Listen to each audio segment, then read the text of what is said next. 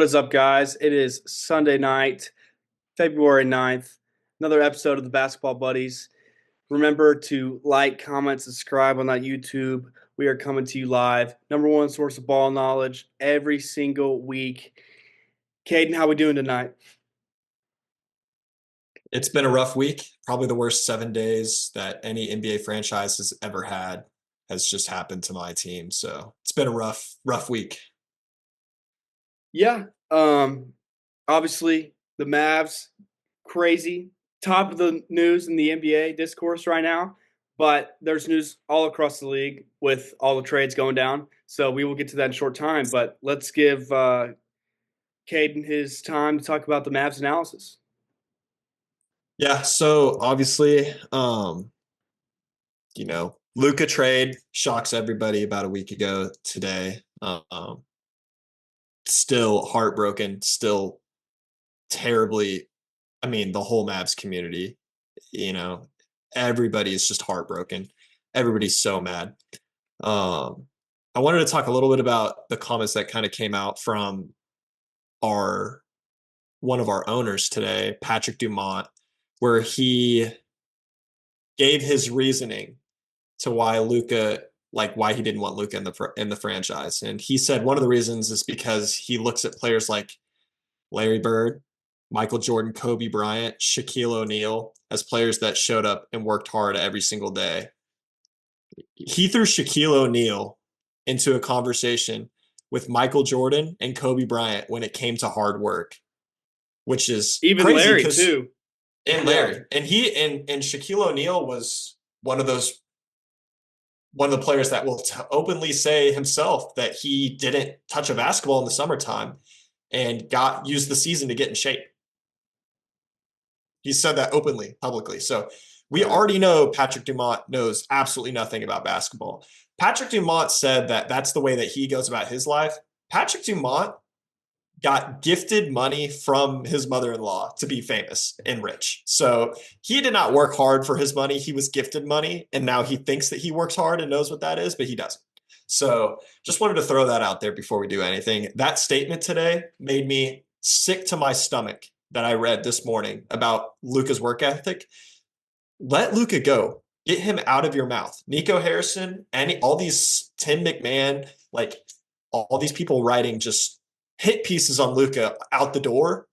That's just making Mavs fans even more angry. Like it makes no fathomable sense that Yeah. you hate this player that much after what he did for you guys for 7 years, that you would just kick him and stab him and bully him on the way out to try to make yourselves look good.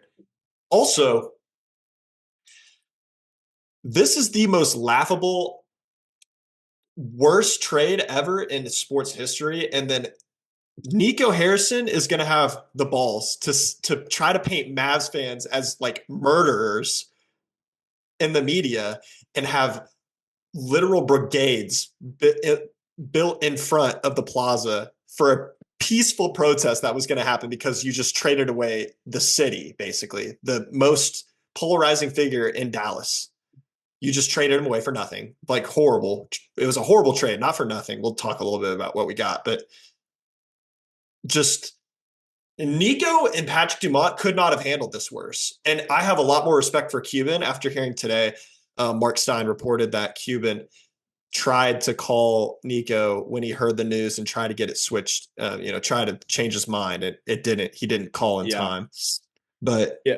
Yeah. And I think like that has been more of a stab in the back to Mavs fans than Luka more than anything. Is that not only did they make this stunning trade out of nowhere, but they've gone out of their way to like dig the knife in and make it that much worse on the way out with these comments and the way they handled the protest in the AAC the other night with Mavs fans being told they'd be kicked out if they chanted anything weren't allowed or to come in wore wearing wore a certain Nico shirt. merch. I Yeah. mean, it's just like, you know, they have to have some sort of sense with reality that like, yes, they might do that, but they're still giving you money and they're still there as fans. Like, you can't just take away their rights as they're free speech. I mean, that's the sort of Exactly. narrative going on there. So Nico Harrison literally tried to paint Mavs fans as like murderers and terrorists, saying that he was in fear for his life. And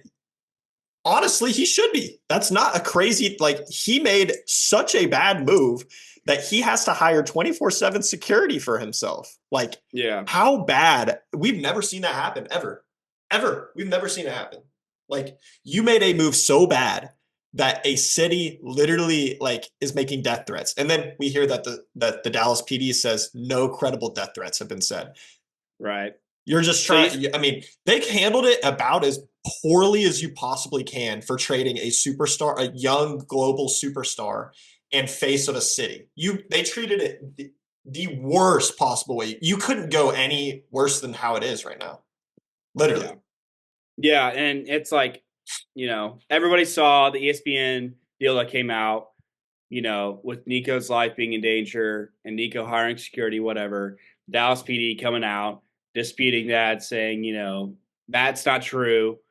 There's been no reports of that happening. So it's such a hard situation because I've never seen like a front office and a fan base be so in combat like this, while at the same time, you have this you sort of feel bad for Anthony Davis and Max Christie and the rest of the team, right? Because it's like, and PJ Washington and Lively and those guys, because it's like it's not even their fault that the fan base is revolting and they're just trying to win basketball games. But it's the weirdest dynamic I've ever seen after a The trade. Mavs fans are way too good for this front office because they gave about the best, most energizing crowd performance that I've seen out of a home like regular season game for AD and Max Christie's first game.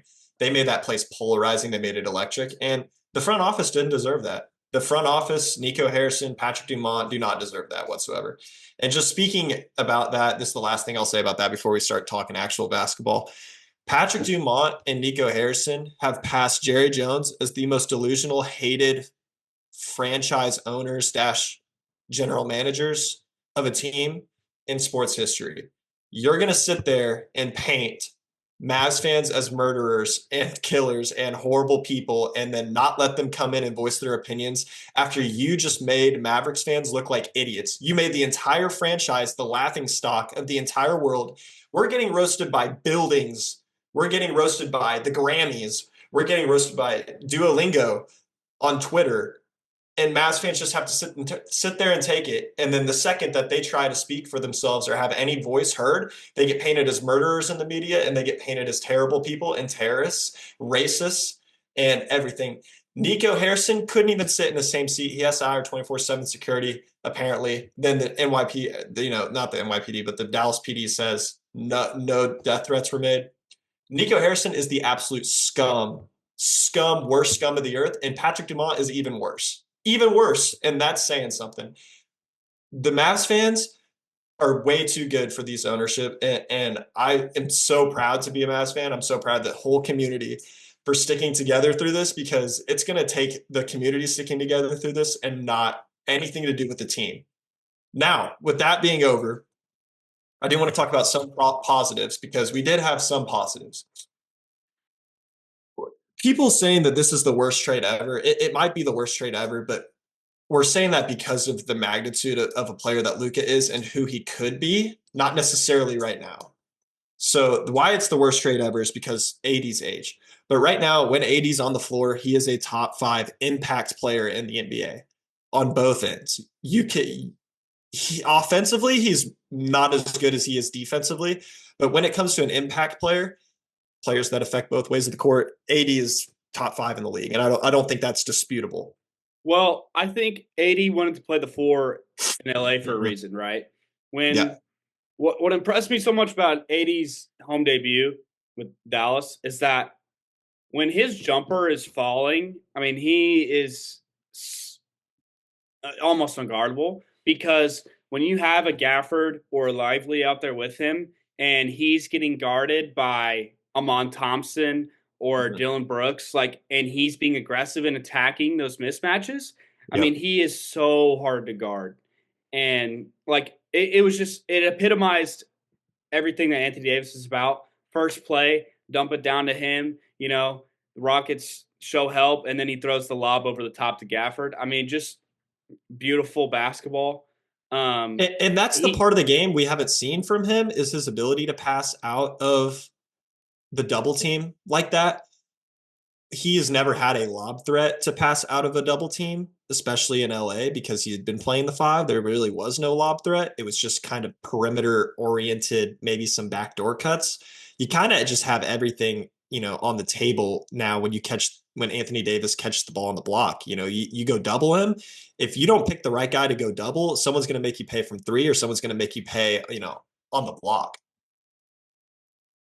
Yeah, and I mean, he was fantastic. Like I said, both ends just dominating. Um, I think Dallas fully healthy is a scary team in the West. I mean, just like they were before the trade. To be honest, they're still going to be a handful for any team in the West to play, regardless of whatever seed they are and whatever round it is, because Mhm. no one's going to want to see a fully healthy Dallas Mavericks team. Now, Yeah. the question is, will Dallas get healthy? That which has been the question all season. So we'll Mhm. have to see. But Yeah. I've been super impressed with Anthony Davis' debut. Obviously, hurts that he's going to be out for a couple weeks now. But on the flip side, I wanted to say Max Christie, another guy that's just absolutely balled out for y'all, Yep. was a huge part of the reason why y'all went into TD Garden and won there, and was once again a huge part of the reason why y'all beat the Rockets at home. Yeah. And I want to speak a little bit more specifically into some of the stats that we got. AD in 3 quarters of play, 26 points, 16 rebounds, 7 assists, and 3 blocks. Absolutely monstrous performance.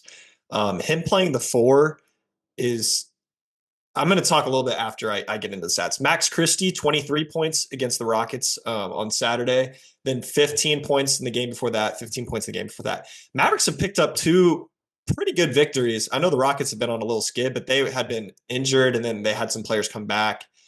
So they're a pretty healthy team when they played the Mavericks in Dallas, and the Mavericks handled them pretty easily. And that's without Lively, without AD, without PJ for the second half. So it's definitely that Mavs are a good team. They are a dangerous, very, very dangerous. You could make an argument they actually, and that's what I'll try to get into after. I'm going to stick to Max Christie first. Max Christie, it's almost like he regained like this self-confidence leaving LA. And that's what you see happen with a lot of the players that leave LA. And that's what you see from like players like Russell Westbrook, Spencer Dinwiddie, just to name a few is you leave LA and there's this huge spotlight on you from playing next to LeBron. If you miss a shot after LeBron passes it to you, you're getting booed in Staples Center, or you're getting the Westbrook chance, or Right. it's there is a huge pressure that comes with playing for the Lakers, the Knicks, teams like that. Whenever you leave that and you're free to hoop and you're in an environment like Dallas that's going to encourage you to try to play your own game. Max Christie has been playing way more confident. That was always his biggest thing in LA was he didn't play with a lot of confidence, especially as a young guy. And you're playing next to LeBron James, arguably the best player ever. AD, one of the best players in the league. It's hard to gain some confidence, get some rhythm in yourself. Max Christie looks uber confident. He's super efficient. He's a great defender, and he's super young. And his game's only going to get better. Mavs fans should be extraordinarily excited. He's kind of the biggest surprise in the trade, and it makes the trade less worse. It's still a terrible trade because you just trade away Luka, but Max Christie is making Mavs fans feel a lot better about it than we originally would have. And then AD, I think we talked about it. This is what I was going to kind of get into the overarching. Um, this trade kind of marks I think it marks an evolution in the NBA in terms of you see the top teams in the league now having huge size. And we first kind of saw it with the Cavs this year, and it's been working really well. They're starting 6'9", 6'10", 7 foot next to each other. And now we're seeing the Thunder, we'll talk about the Thunder, but the Thunder just started Chet and Hart next to each other. And now you get this AD and, Lively eventually and Gafford uh, front court. The Celtics have always had huge size across the board. Tatum, we forget is a 6'9", 6'8", 4-man, and they have Horford starting sometime, there's an evolution in the 4-man position now that we're going to start seeing teams run twin tower lineups. We're going to see, and you saw the Rockets started the second half with the Steven Adams, Alperen Sengun lineup against the Mavs. And we're going to see that from a lot of different teams especially when they're playing the Thunder with the Chet Hart lineup, or you're playing the Mavs with an AD Gafford, AD Lively lineup, or you're playing like the Mavericks are going to start Kyrie Irving, Klay Thompson, PJ Washington, AD, and Gafford or Lively, whenever we're fully healthy. Like, that's a scary, intimidating lineup, and it's an evolution in the game. You're going to start seeing players like that, just uber athletes at the 4 position that could probably play small ball 5 sometimes, but you're just going to slide them to the 4, and you're going to sacrifice that little bit of shooting at the 4 position or maybe for just more versatility in that spot. Yeah, and especially in the West, right? I mean, you got the Thunder, obviously, that we can do it. Memphis loves to go the Jaren Jackson at the 4 lineups. The Lakers obviously love to do it with AD before if they had the personnel to do it. And I think it really stems from the Timberwolves last year with their double big lineup, sort of having those repercussions throughout the league. You just have all these teams that just love to play tough physical basketball. Mm-hmm. Obviously, Cleveland has been running the double big system for a while. Hasn't really worked The until this Knicks, year. yeah, and the Knicks love to run Precious Achua and Cat at the same time. So Mm-hmm. you look at a lot of these teams towards the top of the NBA, and you're like, whoa, like double big lineups may be really important to match up against a lot of those teams.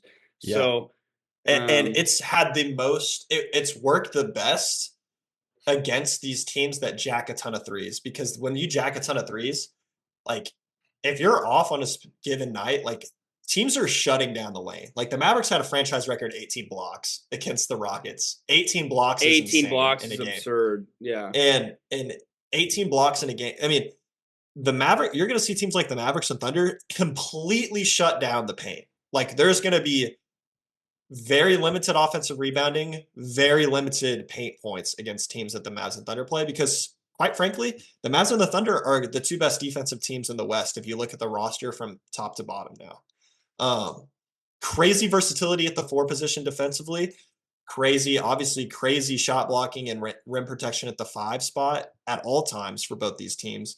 And then they have point of attack defenders. They have Christie's. They have the PJ Right. Washingtons, Right. and they have the Blue Dorts and all the great Thunder defensive players that we know they have. It's going to be a change in the amount of points scored in the playoffs specifically with these teams, whoever they play against, and that's what I'm looking forward to seeing, is this evolution in the playoffs now of having a player that's dominant at the 4 like an AD or a Chet, and how they play with a rim protecting or rim rolling center. So it's almost like we got to see how AD and Chet evolve their game, kind of like how Mobley has evolved this game. But now they're starting about 4 months after Mobley has. So they're a little bit behind the curve because of health, obviously. But we've seen AD play with, the last time AD played with the center at the 4, they won a title. So I'm Right. less worried about AD and more, worried And that's about what's some of these other been. teams. I mean, the Cavs have have been a top offense in the league for a reason this year, right? And a Mm-hmm. big part of that is because Mobley has been able to stretch the floor, and teams have to respect him now. Yep. So, like, I cannot stress that enough. That is the most important piece when you're going to have the double big lineup, is you have to have that 4-man or the 5 or just one of the bigs being able to shoot. You cannot run 2 non-shooters in the modern NBA and expect to be an effective offense. And yeah, we'll see, man. Do you want to kind of segue into the Thunder now? Yeah, I'm gonna say one more thing, and it's just talking about the AD injury. Sure. AD, we just learned had been out for a month. The Mavs kind of come up on an easier stretch of games this next month, and obviously, like the All-Star break's going to help for that a little bit. PJ Washington has been hurt, questionable for tomorrow. So is Max Christie questionable. Is the Mavs going to get healthy enough to actually make the playoffs? Is going to be the big question going forward. They've had some all right wins. Obviously, they traded for Caleb Martin, whose timetable is we don't know. He could be out for another month or two. Dwight Powell could be out for another week or two. We just don't know with the injuries. So just be Right. on the lookout for the Mavs having a losing streak or losing some games they shouldn't. Kyrie's playing 40 minutes a game right now. That can't be sustainable. But that, quite frankly, they need him. There's not enough offense, and the Mavs roster from top to bottom is just so incredibly hurt. And it's the worst 7 days. You trade for a guy like AD because the conditioning and the injury issues with Luca, and then you just have this huge injury for a month, and you're just set right back to square zero. Mavs fans just stick through it. It's hard. F the ownership. Stick together as a community. That's the biggest thing. So I'm ready to talk about the Thunder now and stop Yeah. feeling Well, upset about the Mavs. I MFFL, right? Enjoy So, Luca hoops too, because we can. We can yeah. enjoy them. So, but yeah, we can talk about my team now. Um, I before the Raptors game, one of my favorite, probably the best beat reporter for the Thunder, Brandon Raybar, tweeted before the Raptors game. Sorry, he said the Thunder went 8-1 with Chet Holmgren and no Isaiah Hartenstein. Then Thunder went 26-3 with Hartenstein and no Chet. And Thunder went 6-5 with no Chet and no Hartenstein. So 5 of our 9 losses this year have been without Chet or Hartenstein in the lineup. So Hmm. um, Friday night in person at Paycom, I had the pleasure of watching the debut of Chet and Hartenstein being able to play Yep. together, and it was special, man. You know, I want to insist, Thunder fans, be patient with these double big lineups. Okay, we know that SGA, first off, in the Raptors game, was not even trying to shoot. He got more than half his points off free throws because he knew that he just wanted Jalen Williams to get going. He wanted Aaron Wiggins to keep his momentum, keep going.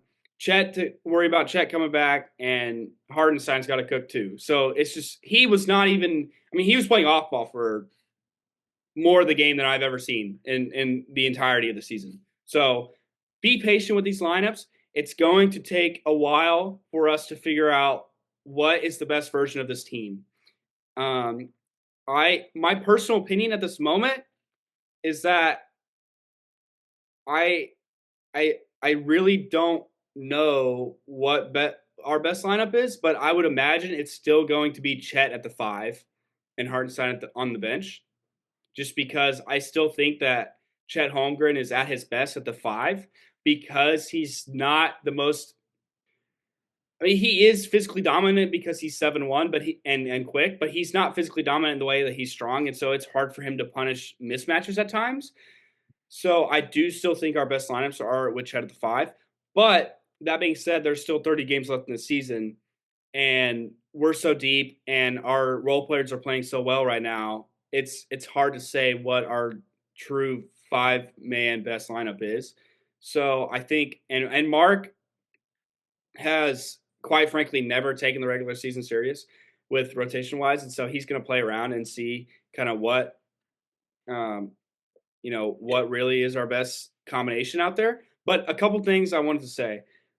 First off, I was worried more watching Chet's mobility than his offensive rust. We knew he was going to come back rusty. He came back, blocked 4 shots, was still running around the floor like crazy. That was such a great sign to see. And oh, Scotty Barnes, I will say, one play, Scotty Barnes tried to meet him at the rim. Chet absolutely obliterated him. Oh my gosh, was that good to see. Um, a couple other things. I loved the double big actions that we ran. Now the double big lineup offense was still pretty rough at times because we're still figuring out who's going to have the ball in their hands and how we're going to run those sets. But the plays where we had Chet with the ball and Hartenstein setting screens for him were just, I mean, oh, those are going to be so tough for teams to guard whenever Chet gets going downhill. That's where you really see him at his best. Not really just he's never been a low post up type of big, you know. I mean, he could do that because he's so tall, but it's really at his best when he's going downhill, and so that was really good to see. Um, and yeah, I think I after the Golden State game, I was a bit worried about our offense, but with the way that Aaron Wiggins is playing recently, like it makes me so much more confident because he's low key playing like a pseudo secondary creator next to Shea right now. And obviously still spacing the floor at an elite level. 8 threes against Memphis the other night, who was playing as good as anybody in the NBA. They were so hot coming into that Thunder game, and we just absolutely embarrassed them at FedEx Forum while being without Casey Wallace, Chet Holmgren, and Lou Dort. Just an uber impressive performance. So, yeah, I'm super happy with where we're at as a team right now. I think we just need to use these last 30 games to grow and mesh as a team chemistry wise and see like what really are our best lineups and where we're at our best. But the depth of this team cannot be understated and has been shown throughout the entire year. So I'm super Yeah, happy with where we're at. yeah. I was gonna say it's like right now the only lineup you haven't seen for the Thunder is the Chet Hartenstein lineup because they've been hurt, synchronized. One's been out, the other one's been in. So you're gonna see a lot, I expect, over the next 30 games. Probably I'd say over the next 10 games, probably you're gonna see a lot of Chet Hart lineups because they're really going to try to hammer that and give that a shot because they need to be able to run those specific sets at certain times, especially if you play a team like the Mavericks or sometimes even the Grizzlies in the playoffs. Chet's biggest strength is his ability to be a complete mismatch offensively for centers, and because he plays like a guard, he can play the perimeter like a guard. So he's at his best offensively whenever he's guarded by a slow-footed center, because he obviously can pop out to the 3-point line and shoot a three or pump fake and get downhill. So Right. obviously, I think personally that the best lineups would be Hart on the bench and then Chet at the 5, just because of the huge mismatch that gives, and then obviously defensively, that allows you to have 4 guards that are playing passing lanes and running through and doing the defense that the Thunder does just the best. But you're gonna see Thunder fans for the next 10 games, like Dagnall is going to try to hammer that lineup as much as he possibly can because he needs to see if that can grow. Chet has never in his entire life probably played with a center and played the 4 position. Like he's probably always played the center spot, the biggest Yeah, I spot on the floor. mean, I think of watching him at Gonzaga a little bit with like Drew Timmy, but even Mm-hmm. then with he always sort of played the natural 5 just because Drew Timmy was only 6'10". You know, he's Mm-hmm. never like Hartenstein is such like a strong physical specimen that it's not really comparable, you know? Mm-hmm. Like it's And it's different. Like Drew Timmy was more like Drew Timmy was playing out of the post. Hartenstein's not really playing out of the post. That's not what he no, does. no. So it's not like it's the movement that Chet moving off of Hart short rolls. It's Chet spotting up when he needs to spot up out of Hart short rolls. It's Chet short rolling and then Hart cutting and Chet looking for that pass there. Chet throwing lobs. Like we don't see Chet throwing lobs very often, but that's kind of what he's going to have to do what Mobley did. And Yeah. Mobley, it took 2 years for him to really get down how to play with Jared Allen. Now, it will take Chet less than that because Chet already has a jumper. So it's just going to take Chet basically just adding the creativity with having another 5. That's what we're just going to see from Mark Daigneault. And you guys haven't. That's the only lineup y'all haven't seen. Y'all can lose games. It doesn't really matter if y'all lose games. You guys are going to be the 1 seed. So it's like you guys can lose games. You guys have played every single lineup imaginable except the one with Chet and Hart. So you're going to see that a lot. And there's going to be some struggles because Chet's learning to figure it out. And so is Hart. He's never played with a guy quite like Chet at the 4 either. So Right. it's going to be a learning curve for the Thunder for a few games. And the offense obviously is their biggest issue. Not that they have a whole lot of issues and not that that's a big issue at all. But even Shea learning like, hey, like now we're adding another 18-point per game scorer to the lineup. So he doesn't have to put up these crazy 50-point games like he has to all the Right. time. There's going to be Right. occasional games where he needs to do that. But, it's just meshing together. And the meshing will all happen. And all that the Thunder fans need to hope for is that the meshing of Chet and Hart coming back happens right as playoffs are starting. Yeah, and I'm just what's really giving me confidence right now is one, Chet. Okay, first off, no one in the NBA has ever had a hip injury like Chet had, right? Mm. So I didn't necessarily know what he was going to look like physically. Like Mm-hmm. that was the most important thing for me watching Friday. He did not hold back at all. He was at the rim contesting everything like he always does. He got once at the rim in the first quarter. I think it was like I don't remember who it was. Maybe Jacoby Walter. So one of their big forwards got him at the rim once. But beyond that, but that's going to happen when you're a shot blocker, right? Right. Still contesting everything, moving around great, pushing the ball when he gets it at times off the defense rebound. Just physically, he looked great. That's the number one thing that encouraged me when I watched him play. Two, what's encouraged me recently is how well our role players have played. We have gotten such great minutes from Isaiah Joe and Wiggins and Caruso as of late, and I cannot stress that enough, like how important that's going to be for a team that has potential title implications. Like if those guys are hitting shots and playing the way they're playing, and Wiggins takes his confidence in the postseason, I don't know who's gonna beat us. To be completely honest, because if he is being a secondary creator like he is right now, and hitting 8 threes a game, and so not only are you spacing the off ball for Chet and J Dub and Shea, but also being able to create in lineups where we need him to create. It's getting scary, man. And you Yeah. look back and you look at Presti's negotiations of these Isaiah Joe and Wiggins deals, and you're like, oh my goodness, these are some of the best role player deals, if not in the entire NBA. I mean, this is Yeah. crazy. I mean, we're paying both these guys around $10 to $12 million a year for the next 3 or 4 years. I mean, it's unreal the production we're getting. I And I would assume that teams would try to do what the Mavs did in the playoffs against y'all, and that's literally because y'all's role players have been playing so good. Is just let Shea cook in a one-on-one setting and just stick on everybody else like glue. right, But I, I mean, there's not really a whole lot of weakness.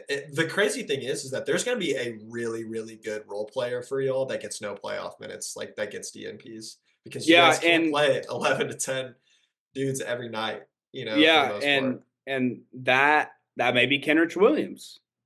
And Rich That Williams, like even at this point, because y'all's been playing so well, like it could be like a Case and Wallace for all we know, which is yeah, crazy to think. it's hard to imagine, but depending on how I think we will play Casey Wallace. Like at this point, I do think obviously, Shea is starting five, whoever we start. Shea, Dub, Dort, Chet, Hart, like those five are going to play no matter what, right? I think Joe, Wiggins, Caruso, Wallace, and Kenrich are likely the five that we come off going off the bench. But maybe in certain lineups, J Will is playable at the four in certain scenarios. I mean, I think J Will is a limited NBA player, and I wouldn't be happy with him in the playoffs. But who knows? Maybe in certain lineups we do just want to keep running two bigs because that's just the system that we want to run now, and maybe we do play him at the back of four. I don't want to ever see Jay Will in the playoffs play at the five ever. I think he's a horrible five man. But at the four, maybe if there's a really slow Yeah. four man that we can hide him on, then maybe he's playable. He will. It's just definitely going to come down to who's hot at the end of the year for y'all. If someone's shooting 20% from three in the month of April, they're probably going to be the guy that's not playing for y'all. Right. So, but yeah, super encouraged. Great past week from Jalen Williams as well. Super encouraged with that. I thought he played great against the Raptors. and then once again great against the Grizzlies. So he always brings it defensively, but now he is sort of. It seems like the game is slowing a bit, like a lot down for him, and he's sort of getting to his spots. It's just like incremental improvements, right? Like getting to spots a little easier. The mid range is going down maybe a little easier. It's just those little things that he's improving on. Mhm. He And needs to we're get gonna better going right, and then also he settles. He we saw him in the playoff series last year just settle for threes, right. It's especially whenever he faces teams that have really big size and he can't get to the rim like he normally can. He just starts settling for jump shots. It's kind of picking and choosing, and that's just a young NBA player, and he's going to figure it out. When's the time I need to be attacking? When's the time I need to shoot threes? You know, Yeah, I think the biggest thing yeah, with him, like you said, is shot selection, and has been for a while. I mean, he has the talent to make almost any shot out there, but it's time and place and Mhm. rhythm and all that little stuff. So, and he's learning and getting better. And Shea is these past couple games has kind of let him take a little bit more of the on ball reins. And, you know, for whatever reason, Shake had his 50 bombs and he's like, whatever, let's give it to J Dub, let him cook. So, yeah, super happy with where the team's at right now. I think, looking at the trades that went down, I am in the Western Conference, I'm encouraged, right? I think that especially after the Lakers Mark Williams trade failed and the Mavericks traded Luca, I really don't see like a big threat to us. And it's funny because I still see like a bunch of other teams fans like not really taking us seriously for whatever reason, being our youth and the fact that we haven't been out of the second round in almost a decade now, or a little under a decade. So like, and I understand it. No one's but at the same time, people said that about the Nuggets before they made their run. And there's been 6 different NBA champions in the last 6 years. So, but I don't see another team in the West really matching up with us player for player in the playoffs. But we will see what happens. Last year I was a bit worried about entering experience, and I think the Mavs series taught us a lot, put a fire under our butt a little bit. So we'll see, man. It's hard to say who's really our even biggest threat right now. I mean, I guess you could say the Nuggets, but just because out of respect for Jokic, but yeah, I don't know. I mean, I don't know. We can sort of segment into the trades now. yeah. Now that I brought up the trades, so a couple of the big ones that we want to touch on. I think the number one trade that caught my eye that was not talked about as much as it should have been in the national media because of how big the Luka trade was, obviously, was the fact that the Spurs traded for Fox and didn't give up any of their young core, Mhm. right? What did you sort of think about that pairing with Wemby? Yeah, I mean, I was kind of shocked that the Kings even made that deal without getting a young player, because I would think that the Kings, after years and years of drafting terribly, would, actually try to use someone else's young guys that had promise. And because they've had way more success with that in the past with like the Sabonuses and the Tyrese Hal. I mean, getting players like that, obviously, but it's it's shocking that they weren't able to get Stephon Castle to me. And I don't think the deal would have gone through unless they got Stephon, or unless I don't think that the Spurs would have given up Stephon Castle for De'Aaron Fox, No, which is why I no. think that that didn't happen. But not even being able to get like a Devin Vassell or somebody like that is pretty mind-boggling. You said you get Zach Levine, and it's kind of like no, but it doesn't make you any better. It doesn't make you any worse. I mean, To they me, gave up personally, I mean, it does make you worse. Honestly, the. losing De'Aaron Fox for Zach Levine, like that to me makes you worse. I mean, yeah, I think regardless of what the numbers say this year, I think in general, just losing get losing a younger player, a player with more success in the playoffs, a much better leader. The player that's going to play on both ends, player that you don't have to worry about a shot selection. I mean, yeah, the Kings definitely got worse until they made some other deals. I think they're definitely holding on right now because of the moves that they made for Jake LaRavia and Jonas Valanciunas. I think shored up. Alex Len, for the most part, has just been awful this year, and they used a little bit more 3-and-D wing. So I think I like the move for Jake LaRavia. First off, um, I I think the Kings definitely got worse, but they're kind of holding on to mediocrity right now. Which I get it. That fan base starving for just a watchable product and a team I that they don't can be think that proud they of. could. Yeah, their So, fan base was not ready to watch another tank right. that franchise like But whatsoever. the story here is the Spurs, right? I mean, giving up Mhm. Zach Collins, Trey Jones as your only players, and then just giving up picks. I mean, you know, the Spurs know that next year I can see the Spurs being a top 6 seed. Like Mhm. their picks are going to only get less and less valuable, right, as they move closer into contention and as a team that's to be feared. So, giving up picks, man, for to get a player of Fox's caliber that's going to sign long term, 25 years old, to pair that alongside Wemby, man.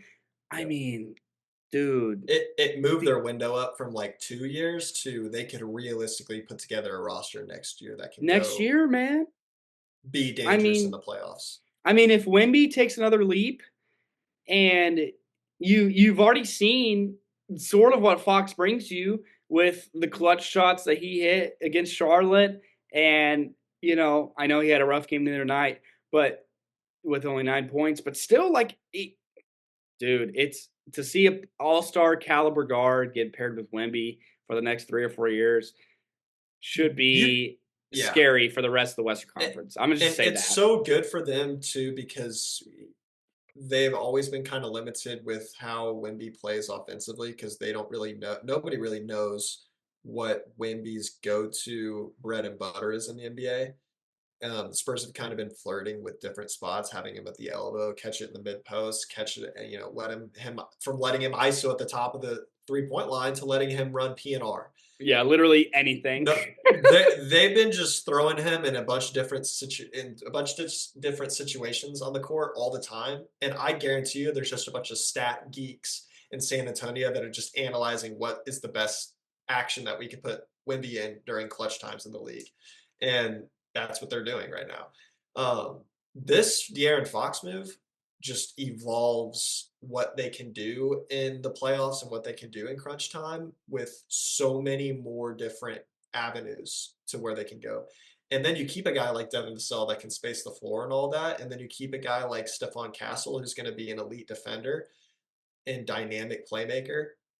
It's like you're 2 or 3 pieces, maybe 1 or 2 pieces away from being a serious contender. And what I think the next step for them would be is to get a dynamic four-man, um, a Cooper Flag type build. Obviously, I'm not saying they're getting Cooper Flag, but like to Oh, get a please no. dynamic spore Please no. floor spacer next to Wimby can be really good. So, um, really not worried about the Spurs this year. There's just too many holes in their team right now. Obviously, they haven't had a chance to kind of shore up their roster around De'Aaron and Wimby, but definitely going into the summer, it's going to be I bet they're going to be very aggressive on the free agency market. I think they're going to be very aggressive in some trade talks this summer. Sometimes you'll see.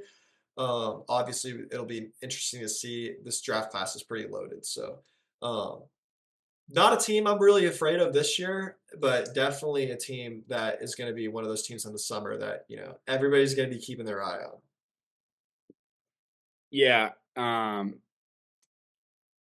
As a team that I think, quite frankly, as a fan of a team that quite frankly could be a dynasty for the next 5 years, it scares me a little bit that San Antonio was able to make this move for not as much as they should have had to give it up for a player of the caliber of De'Aaron Fox.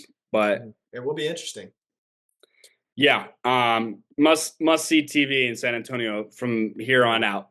So I still think they're a tier 3 team in the West. I think there's like tier 1 is like the Thunder, and then tier 2 is like a healthy Mavs Nuggets team. Obviously, would you throw the Lakers in probably the that Mavs aren't even category? healthy, but you said Would you throw what? the Lakers in there? Not with what the roster is right now. I love Luca, and I will be rooting for Luca, and I hope that the Mavs play him. And I wouldn't even be sad if he averaged 50 and beat us in that series. But they have literally they have the 2022-23 Mavericks center rotation as their front court right now with Kleber and Christian Wood and uh, Jackson Jackson Hayes. Hayes, who's basically Dwight Powell. So that is literally the 2022-23 Mavericks center rotation, and the Mavericks fans know that that is the reason why a Kyrie and Luka led team cannot make the playoffs. So no, I'm not worried about the Lakers. I don't think that they're in the tier 2. I don't think that they're as good as a healthy Mavs or Nuggets team Yeah. in And general. speaking of the Lakers, what did you make of this Mark Williams trade that didn't go through? First It's off, hilarious. I just want It's to so say funny. like I, I think that first off, Rob Pelinka killing the trade deadline. I think this was a fantastic move for them in the short term because he knows that LeBron James has only got so much more left in the tank, you know, and he's seen LeBron just absolutely go crazy in the month of January and February, and adding Luka Doncic like, and Mark Williams is the perfect archetype of center that they needed, right?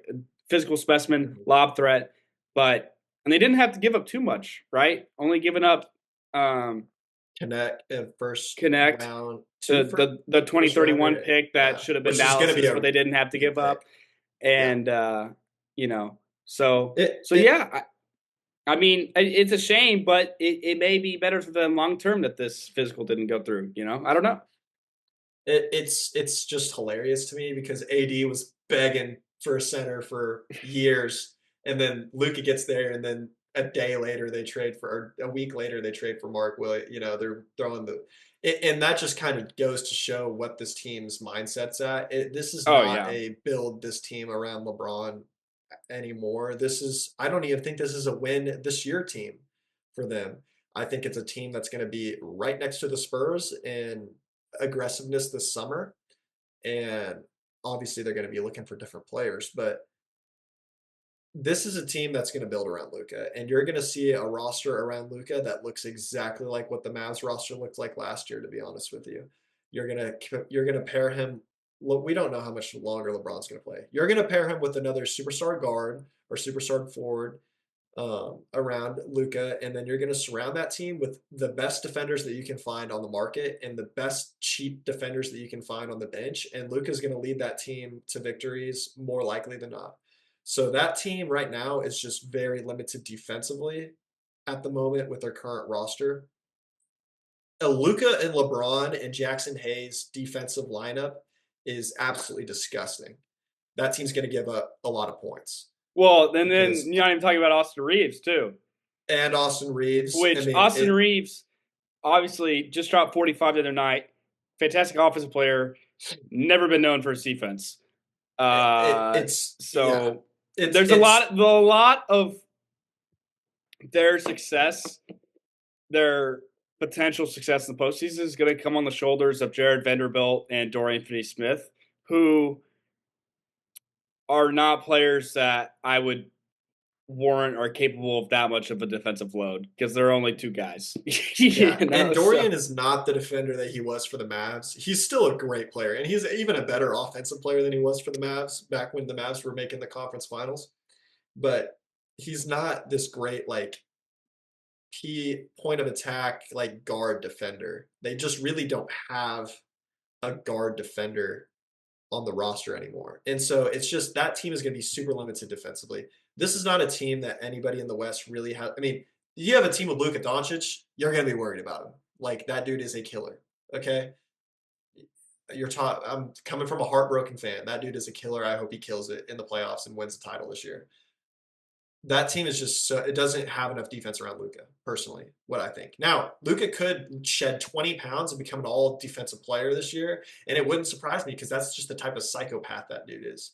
Now, again, this summer, the Mark Williams, it's a good deal for them because Luka needs consistency in the five spot. That's why Daniel Gafford was the starting center for 30 games. Daniel Gafford is a guy that's going to show up every single game and take beatings and still be able to play. He just doesn't sit that many games. That's why it was a great pairing. Mark Williams is going to play less games than Luka, and Luka is known as an injury-prone player. Mark Williams is also he's seen as this great defensive and shot blocking big. He's not the defender that a Gafford reliably No, is no, at all. not even close.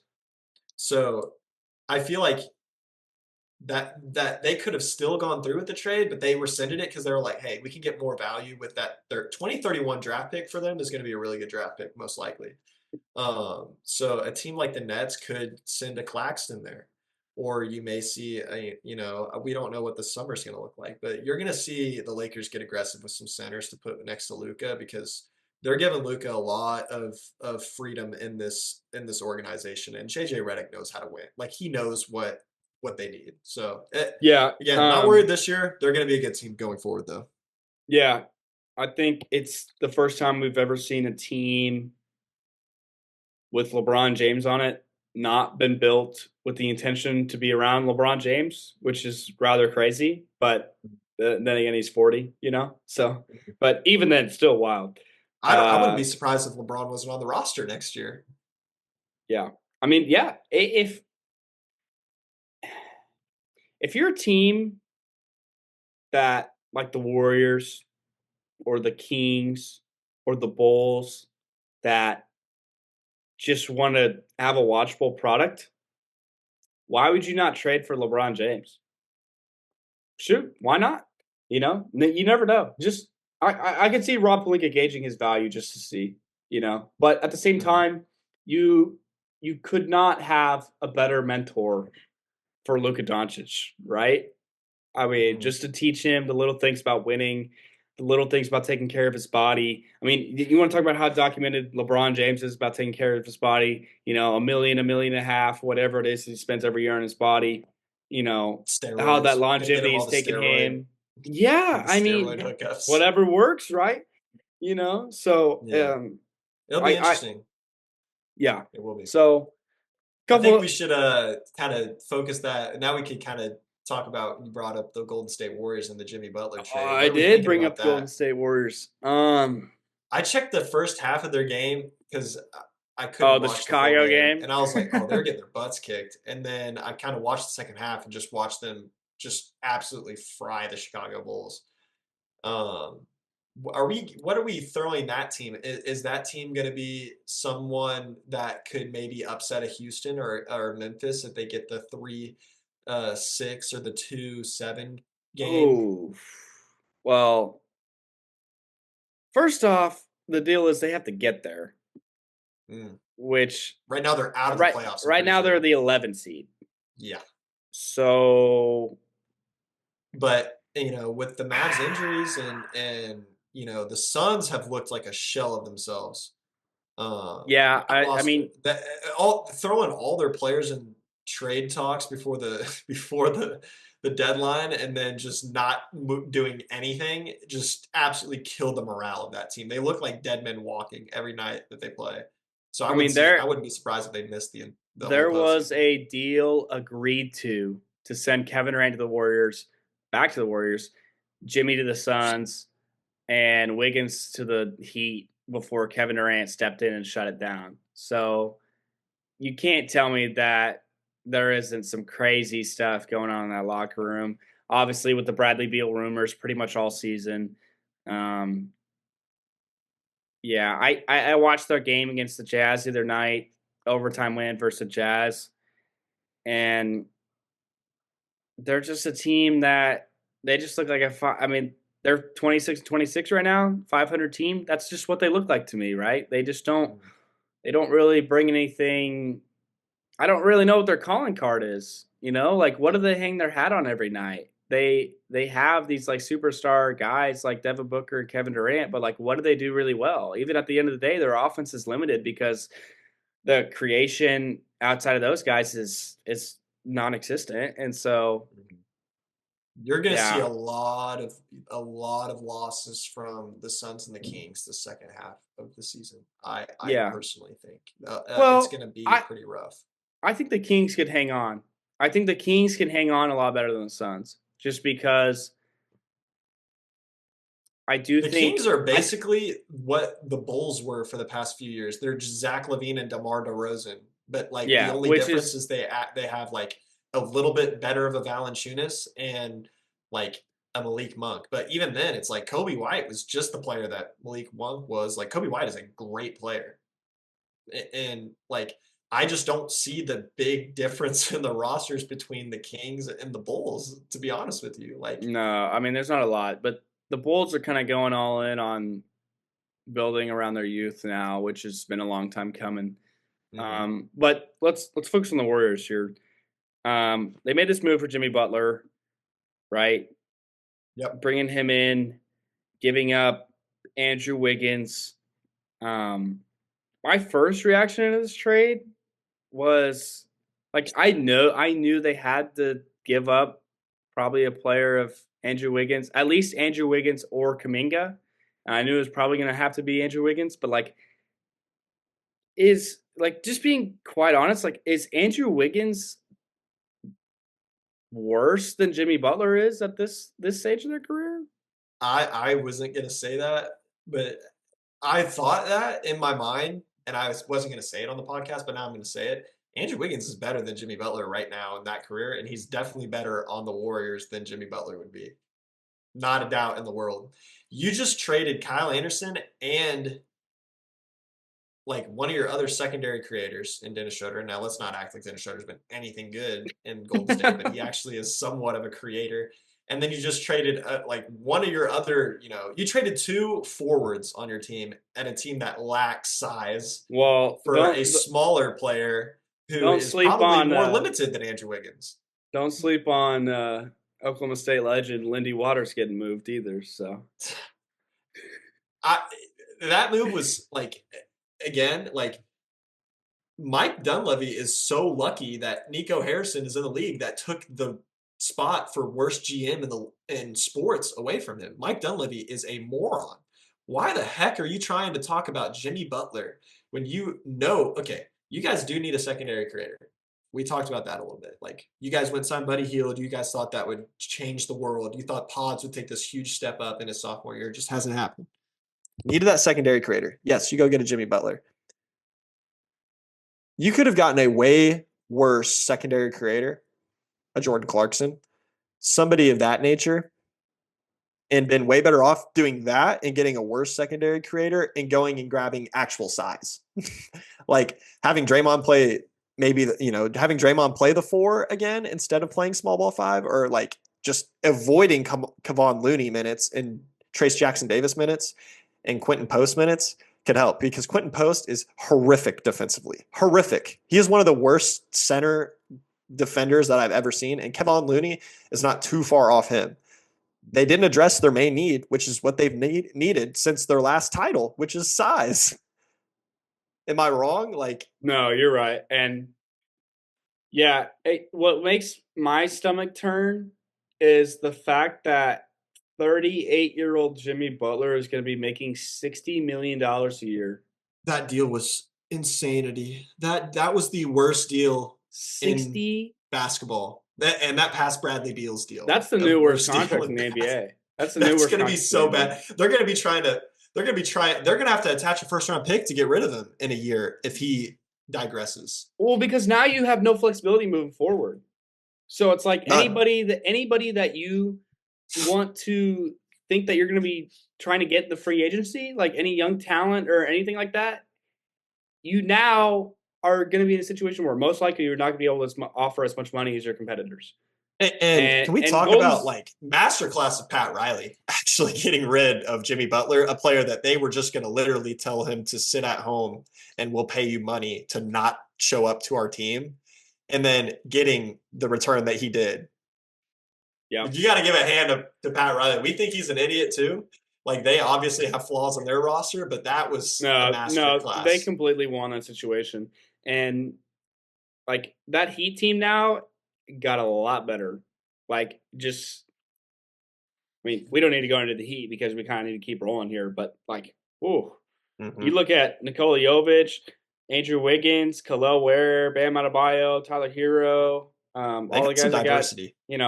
that Heat culture going on down there. Whew, Mm-hmm. they're not going to be a fun matchup for whoever sees them in the first round. So, Nope.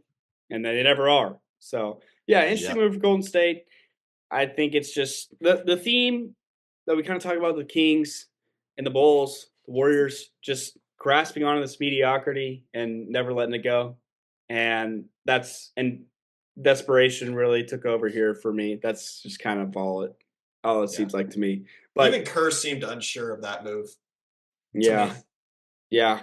So, but one of the more surprising moves that I don't think has been talked enough about is this DeAndre Hunter trade to the Cavs.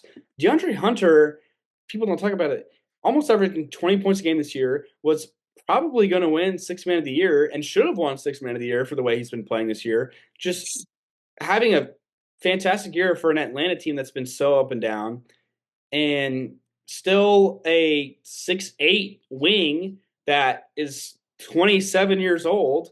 Like, you don't come across those guys too often. So and the Cavs finally found their three man that they've been searching for years. I mean, they patched it together with Karis LeVert, George Niang, Dean Wade for years, and they finally have a three man that they can I trust. thought Dean Wade was good enough to be that guy, to be honest. But like, this is a slam dunk, home run, whatever you want to call it, move Oh for the man, Cavs. yes, what a And move for them. They get off George Niang, yeah, who has we know how limited at he is. yeah, like Cavs fans have not been very happy with him. They gave up 3 seconds, two pick swaps, Karis LeVert and George Niang. So it's like And they really threw scraps together. Like the only reason that they home were run. able to do this move is that like how good Ty Jerome has been playing and the secondary creation off the bench for them. He's been fantastic. Former Thunder legend, right? If I'm not mistaken. Oh yeah, he's the goat. And Ty Jerome has come in and really played that secondary creator role or the bench creator role pretty well and played it good enough for the Cavs to move off Karis LeVert. Like they were that confident in him. So just thought that was meant a lot is Ty Jerome's play this year kind of opened that door for the Cavs to be able to do a move like that. And then DeAndre Hunter, like defensively, we know he's a really good defender, versatile offensively. Like the Cavs have the best overall roster in the entire Eastern Conference, I'd say. Maybe like the starting five probably isn't as good as the Celtics starting five, but definitely the I don't bench. know. Like I don't know they could though. wear Like down.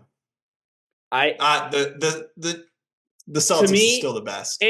if I could give out what's the award, the front office of the year award, I would give it to Mike Gansey and the Cleveland Cavaliers because ever since he's been promoted in 2022, the Cavs have only gotten better, and he's just Mhm. really set them up for success. And it really just starts with him. It promoting Kenny Atkinson or hiring in Kenny Atkinson to be their Mhm. head coach. This DeAndre Hunter move, like kudos to him, man. Doing a Yep. great job in Cleveland. Just another role model team for any small market that thinks that they can't compete with the big dogs in the NBA. You totally can if you get the right guys in the building that buy into a system and you draft well and you Mhm. are manage assets like you Yeah. should. So I want to say this. I know we're getting low on time. Just like a 3 minute little kind of tidbit. Like, what are the Hawks doing? Like, do we even know? They trade Bogey for Terrence Mann. They kind of bring in that extra defender, and then obviously, like you get Terrence some Mann is other already guy. waived. Yeah, Terrence Mann's waived, and it's like, Or I'm what sorry, do we? Bones Highland, who's already Yeah, waived. Bones Highland, and it's like kind of Terrence Mann elite, pretty elite defender, and now you get to kind of pair Dyson Daniels and Jalen Johnson and Terrence Mann, and then it's like Trae Young kind of sticks out like a sore thumb on that team, defensively, size wise. It's like I kind of that's another team to really watch on for selling players in the next couple of years. I'm Yeah. assuming there's going to be a large Trae Young market. I think that Yeah. they're kind of evolving with this Eastern Conference and trying to grab as many like 3-and-D size guys as possible, and then seeing how it works and fits around Jalen Johnson and Dyson Daniels now and players like that. So I don't know what they're doing though. Yeah. They're cooking something. I think they're just all around going in on the size and 3-and-D, the Jalen Johnson, the Zachary Richichet, the Dyson Mm-hmm. Daniels, those type of guys. So yeah, before the Spurs made this move, I would say Trae Young is a guy that they probably should look at to pair with Wemby, but Yep.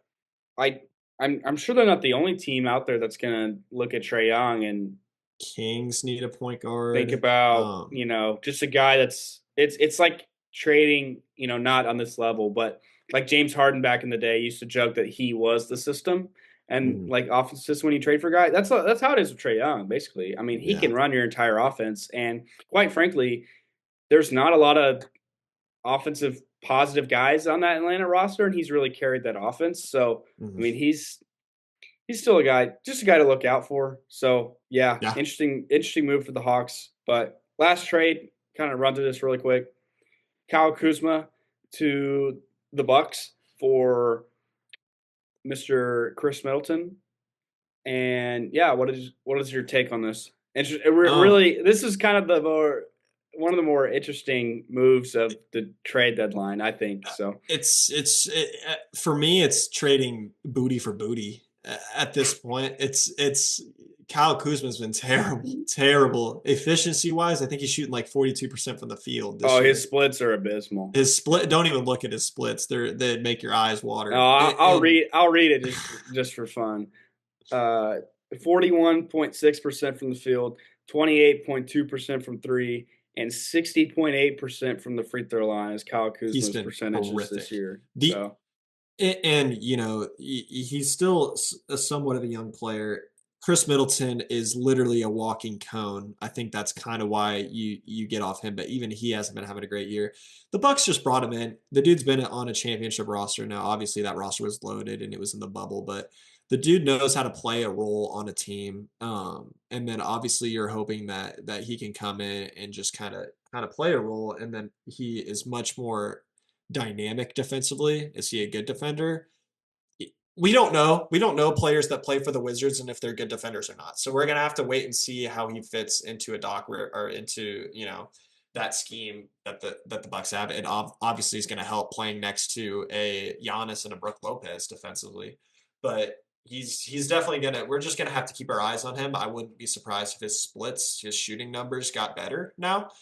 Just gets a little bit better looks. Doesn't have to be the first option, but it's a trade that just makes me yawn, honestly.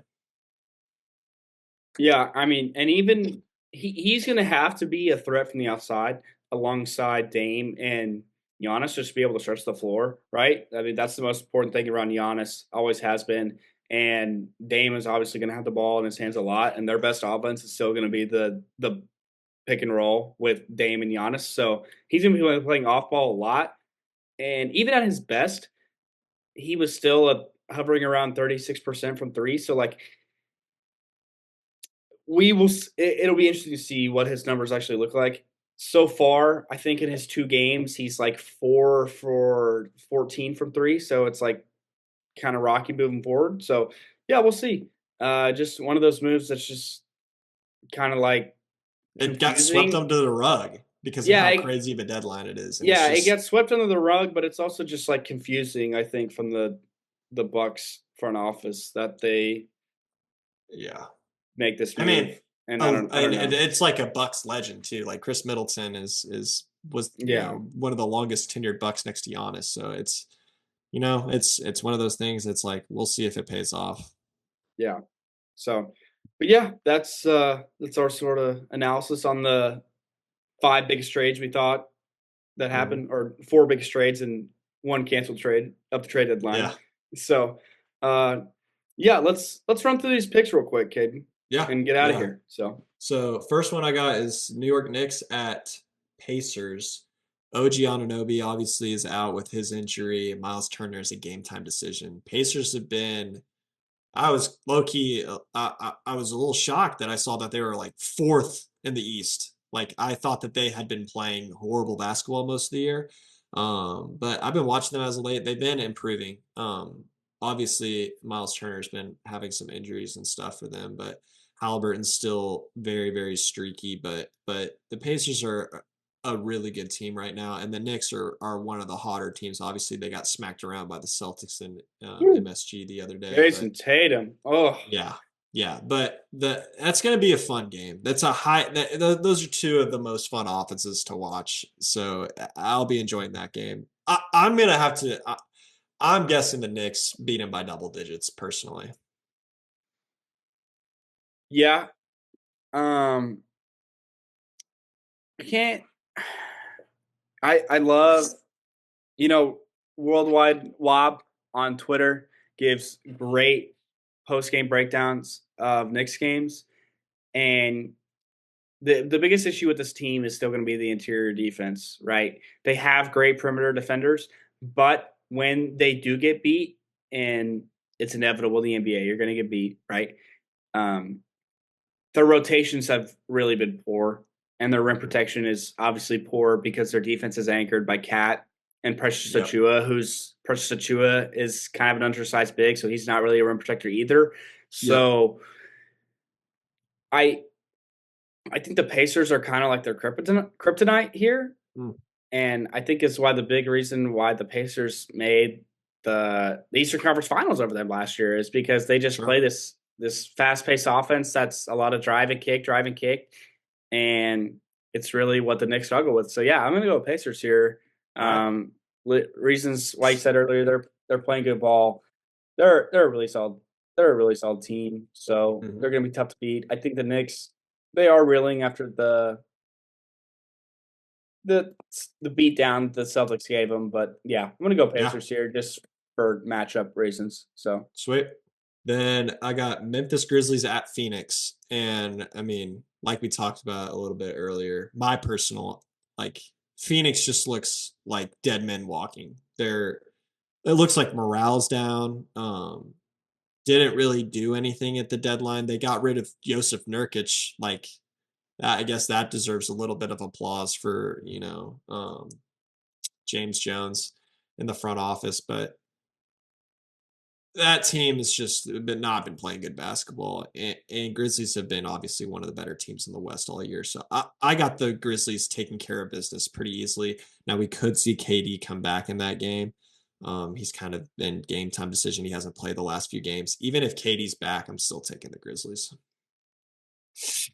yeah, I mean, really, before we played them, the Grizzlies were beating almost everybody. They've been playing really good basketball. I think they're it was really puzzling when we played them that in the second half that Taylor Jenkins benched Jalen Wells and Zach Edey completely, and we didn't see them for the rest of the game. So one of the things I'm going to be monitoring for them, especially moving forward in the playoffs, is how much they actually trust Jalen Wells and Zach Edey. Like, do they Mhm. trust them to play big minutes in the playoffs? I think Zach Edey especially.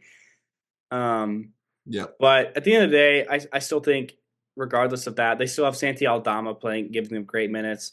They still have JJJ, Brandon Clark. They have some good JJJ, Brendan players. Yeah. Clark. I mean, just so solid.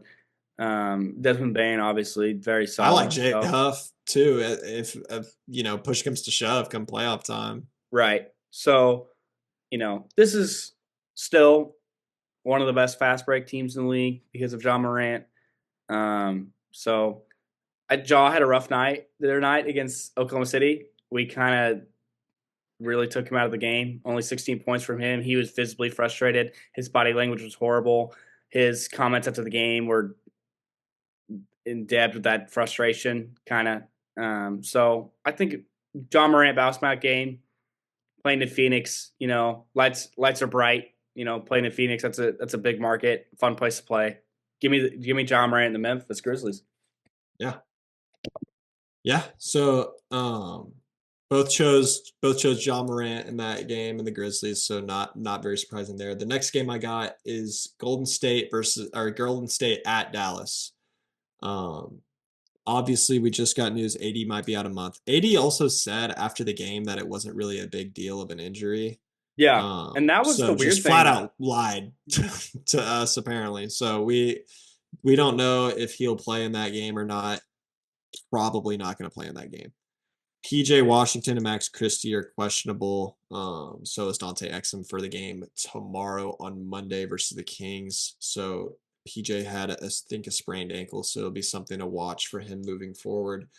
Um, Obviously, we like if we don't have AD and PJ, much tougher game for us, and especially if we don't have Christie as well as that, much tougher game. I still think Dallas is a better team than the Golden State Warriors. I know the Golden State Warriors are getting really healthy right now, but I think that Dallas has a really good chance of winning that game, and I'm going to take Dallas. I'm a fan of them. I'm going to take them pretty much every game that I can. So I'm going to take Dallas. Still, when fully healthy, I think is one of the best teams in the league, a top 5 team in the league, and can beat anybody. But obviously not fully healthy. So it's kind of just pick or choose on a specific night for them. Yeah, obviously you touched on it earlier this pod. Golden State down 20 against the Bulls, rallied back and ended up blowing them out. Uh, we'll see if they can sort of rally from this energy that Jimmy Butler's giving them. Mm-hmm. He sort of might provide a spark to that team. So, and Draymond's back healthy now. They kind of need to lock in, especially. This Yep. is a massive game in terms of standings in the NBA. Mm-hmm. Both these teams are kind of fighting for positioning in the play-in right now in the West, with the Mavs being the 8 seed and the Warriors being tied for the 10 seed, or tied for the 9 seed actually. So only a game and a half separating these two teams. Um, It'll be interesting. I The yeah, Warriors are one of the worst teams in the league at guarding the paint. And, obviously that's where this new Mavs team thrives. But if you don't have PJ in this game, it's like that's kind of your big guy getting to the rim pretty easily. And so it's gonna come down to just who's playing or not for Dallas, in my opinion. And obviously, thank gosh, the Dallas killer Andrew Wiggins isn't there anymore because that dude fries us every time we play them. hey, he fries us too, so I can't say anything. Uh, but yeah, I'm gonna go Warriors here. I think Jimmy Butler's kind of giving that locker room kind of a new spark. Pajemski's been playing well as of late. I think Moses Moody has been carrying over sort of his Love confidence. Moses Moody, yeah. So, yeah, give me the Warriors here. Yeah. And then the last game will be Milwaukee at Minnesota. And obviously, no Giannis, no Dante, and no Julius Randle, I don't think, for these games. So, Yeah, Dante's going to be out for a while. yeah. So Giannis Giannis has going to been be missing out. time. Yeah, Yeah. It's the Bucks are still kind of, and this is Giannis' second calf injury as well in the past 2 years. Or in the past year. Just saying. We've been saying that Luka's injury prone, but and conditioning issues, but Giannis, second calf injury. He him being out, this team is still good enough to win games. The Bucks, their roster is very similar to the Mavs. When Luka's out, they have good size and they have a great secondary creator. It's very, very similar to the Mavs. They're less diverse defensively whenever he's out, obviously, because he means so much for that defensive core for the Bucks. But they're still able to win games. I don't think that they win in Minnesota if Anthony Edwards is playing and Naz Reid is playing in the way that they've if been playing if as of Anthony recently. Edwards keeps playing the way he's been playing, man. Yeah. Yeah. So I got Minnesota beating the Bucks in that game. Yeah, I was super impressed. No one's going to talk about this because it's the Portland Trailblazers, but Portland Trailblazers going into their game yesterday Hot, had hot, won hot, hot. 10 of the last 11 games, and Minnesota just played super well, beat them straight up. So I really like the way Minnesota's been playing. Mm-hmm. I think that, they've been going back to their original philosophy with Chris Finch is we're going to hang our hat on defense, and that's where we're going to win basketball games. And I Nas Reed has been playing well. Rudy Gobert has been playing his role. Nikhil Alexander-Walker playing his role. They've sort of given confidence to these guys at the bench, Jalen Clark and Terrence Shannon Jr., to play big roles for them, and it's paying off. Mhm. Their depth is really showing a depth that I didn't think that they had, Yeah. and but yeah, they've been playing well, and they got this win against the Portland Trailblazers without Mike Conley, without Julius Randle, without Dante DiVincenzo, without Anthony Mhm. Edwards. So I think if Anthony Edwards plays, I think the Wolves got it. Yeah. Yeah, I'd agree. So it'll be an interesting one. Yeah, that'll be a good game. A lot of good games this week. So didn't get a pod out midweek last week. We're going to try to get one going this week. So yeah, fun times, interesting Crazy time deadline. always. And yeah, Mhm. crazy deadline. You always want to play well in these games, ramping up for the All-Star break, give guys some rest, and then towards the end of the season, snowball effect, kind of want to get rolling into the playoffs. So yeah, we'll see what's going on. Crazy time in the NBA. Lots of marketing, lots of clicks going on. Great time to be a fan of the league. So Mhm. yeah. Um, thank you guys for listening and reach out to us on Twitter. We are still very active on that app, talking. Caden's trash and the Mavs ownership still popping out on tweets with that. And yeah, I following the Thunder, following other teams in the NBA. So yeah, thank you all for listening, and we'll catch you next time on the Basketball Buddies Pod.